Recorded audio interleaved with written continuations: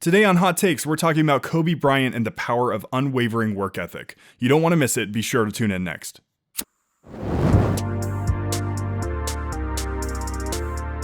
What up, guys? Welcome to Hot Takes. I'm so excited to bring you this brand new series. This is just Evan only, and I'm really excited to talk about some of my favorite pop culture icons and how I can bring them into your life and show you some ways that I've learned from them. Today, I wanted to, before we dive in, I wanted to make sure you guys like, comment, and subscribe on YouTube, Spotify, or Apple Podcasts, wherever you guys get your podcasts. Be sure to join our Patreon. We're doing a special for as low as $1 a month, and you get a shout out at the end of each episode. Really great deal. Helps us kind of grow this platform a little bigger, and helps us to keep going and doing our thing. And if you or anybody you know is looking for any film or video services, be sure to check out evanrogersfilm.com.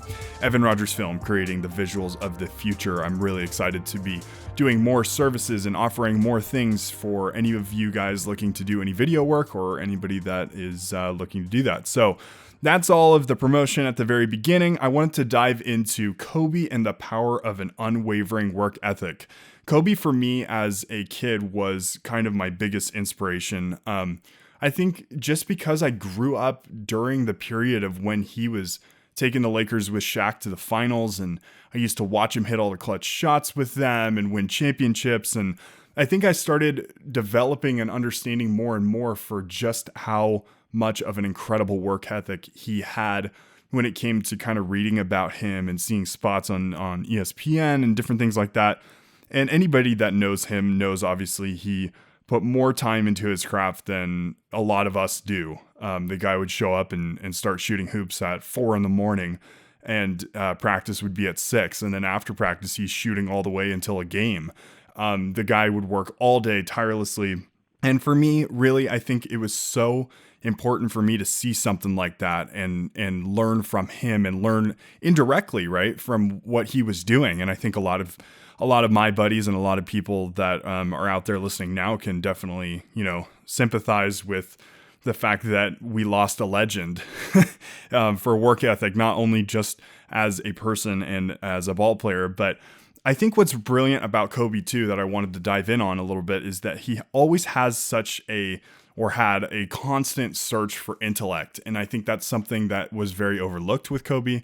He was, I think he was multilingual. I don't think he was even bilingual. He knew a lot of different languages. He studied the craft of basketball. He studied the craft of being a businessman as he got older.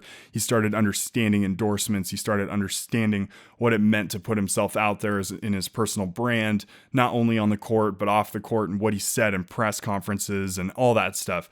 And it's pretty amazing to see how he was always sharpening his brain. It wasn't just his physical. He was always sharpening his brain, whether it was reading or learning more. And, I think there's something that Rob Pelinka, who used to be his agent, now the GM of the Lakers, was talking through just how much Kobe's mind meant to Rob as a person, and how he really sought to learn from Rob and be a friend to Rob and all this stuff. And I think that's really interesting that Kobe didn't stop with all of his great success as a basketball player, but he kept growing it and growing it and growing it. And so that's another major point I wanted to bring in, is intellect, right? He always wanted to better himself and make others better around him. And like I was mentioning, he was always building something outside of his main hustle. And I think you guys can see where I'm going with this. I wanted to kind of tackle all the angles of Kobe himself before we dive into things that I've learned, specifically from him. But he always had something else going on. And, basketball is a full-time job, and, he's practicing every day, doing all that stuff. But he started taking on endorsements. He opened, the Mamba Academy, and he did a bunch of different things with Nike endorsements, all that stuff. But the point being is he always had something else going. He invested. He did other things. And, this seems like kind of broken record here, but I just wanted to harp on that point, that he really, really, really tried to grow himself and outside of himself the things that he was pursuing. So I just wanted to present all of this stuff about Kobe because he meant a ton to me, like I was mentioning. And I think work ethic specifically is the most important thing that I learned from him. And more specifically, I put this as a subheader: the hustle pays off. No matter how hard you're working right now and feel like maybe you're you're climbing a hill that you can't get over or even see the top of. Every little intentional step works. So I wanted to kind of break down some of the things that I've learned from Kobe. Specifically, one of the things that I think I really developed an interest in because of what he did was I learned how to teach myself the power of making connections, the power of expanding my horizons by meeting and working with other people. I think, that's a huge thing, is when you're working with other people, you're sharpening yourself every day. And we're talking about, with your craft, whatever it is, you're always a craftsman with whatever you do.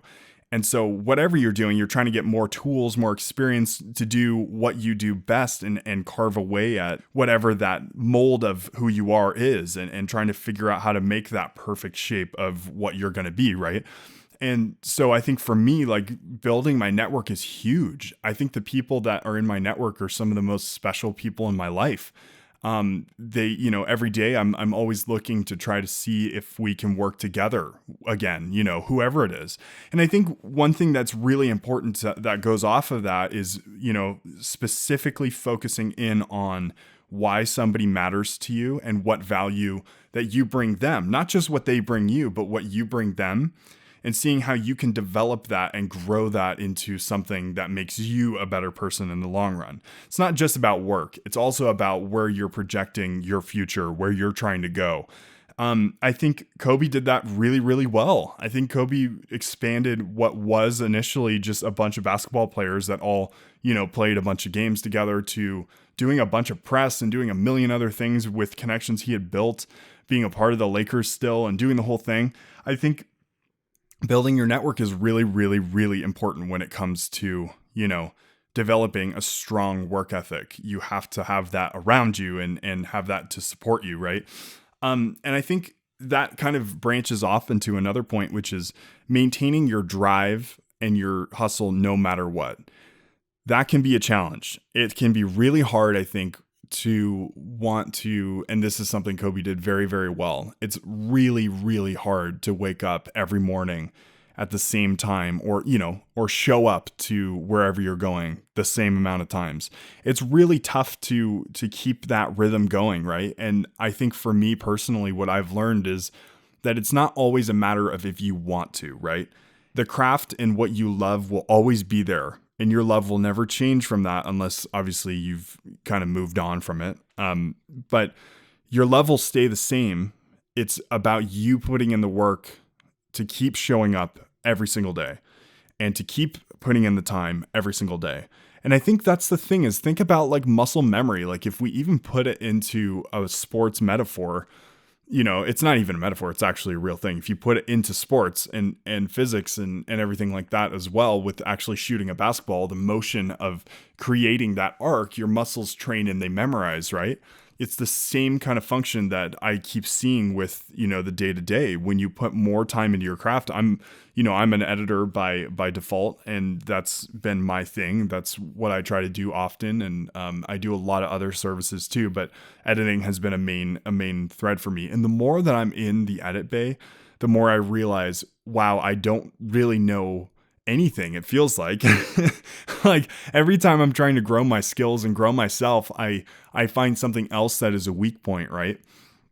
And I think that's really what this whole thing is about. When you're talking about maintaining that drive no matter what, you have to every day go into the lab, go into the gym, go into whatever it is, and you have to refine yourself and you have to get better and keep seeing where you're weak and keep growing those things. And I think one thing that I have learned immensely throughout my career is so far, and again, I'm not speaking from a ton of experience, I'm just offering my perspective over the last 6 or 7 working years, that I've learned that the craziest thing about the whole thing is you don't really realize that you're actually paving, like I was mentioning earlier, you're paving a way to your future by the way that you hustle every day.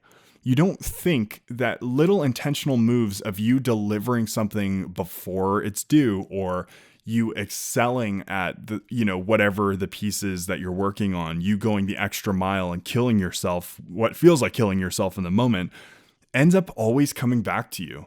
It's very weird how that works, but the more effort you put in, to the craft. And like I was mentioning before, the more effort you put into your network and, really trying to care about people and thinking about what it is that you're putting out there, you start realizing that it all starts to come back to you, right?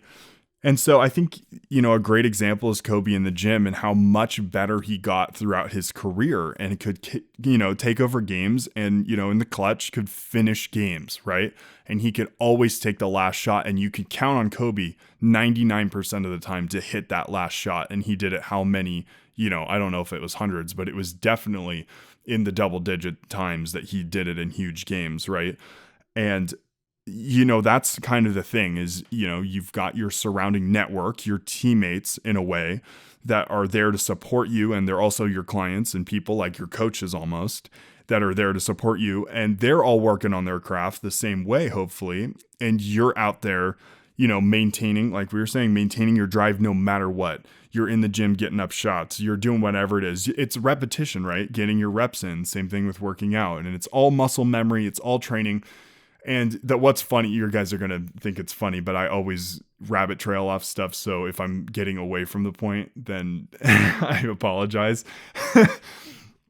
Hot takes, again, is just me giving my perspective on a specific thing.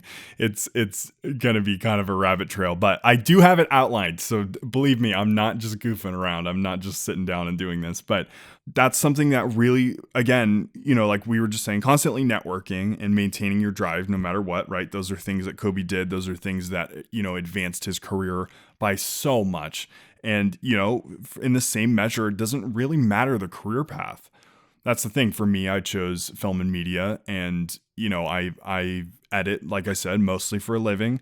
That is what my major revenue source is, but I also produce and I also color and I also do all those things. And it's really good to keep your horizons broad, right? And be a self-starter, be out there, putting yourself out there. And that goes into the networking and the hustle. You always got to be putting yourself out there, put your work out there, and think about, quantity with quality. That's what I try to do. That's my goal. And I think that helps and is a benefactor in no matter what career path you're in. From being an accountant to, whatever it is. It's really about the principles of disciplining yourself and becoming who you are. And that's the next step that I was going to go into, is disciplining yourself and understanding how you like to work and how you, can challenge yourself, where you fall off, what your weaknesses are. And tying this all back to Kobe, that is what Kobe did. Kobe found weaknesses and asked, the people that held him accountable in his craft of basketball to help him figure out his style and help him perfect a turnaround jumper that he's done 999 times, so that on the 1,000th time at a game, deciding moment, he could hit it with precision and maybe could stretch his arm a millisecond back quicker and release faster. It's all part of the equation, right? That's disciplining yourself and finding where you're weak is all part of the equation. And it's never easy. That's, again, I like to use the analogy of, like, if your brake pad wears down on your car and you hear the squeaking, right? That metal on metal when you're coming from, 60 miles an hour on the freeway down to the red light to stop. And it's just like, it's terrible, terrible sound. That's what it feels like sometimes. Sometimes you put yourself in situations where you have to work your butt off so hard and shape yourself so differently that it's going to hurt for a while, and then you get better and better at it. Now, that's not to say that you've got to compromise your ability to have good mental health and, taking care of yourself physically. That's all part of the equation. And if you're actually killing yourself, that's not worth it. Believe me, I worked at a startup and I pushed myself really, really, really, really, really, really hard and grew myself a lot. But then I started going past the bounds of what was growth, and it started bleeding into what was actual physical and mental health. That's not good. You don't want to do that, obviously.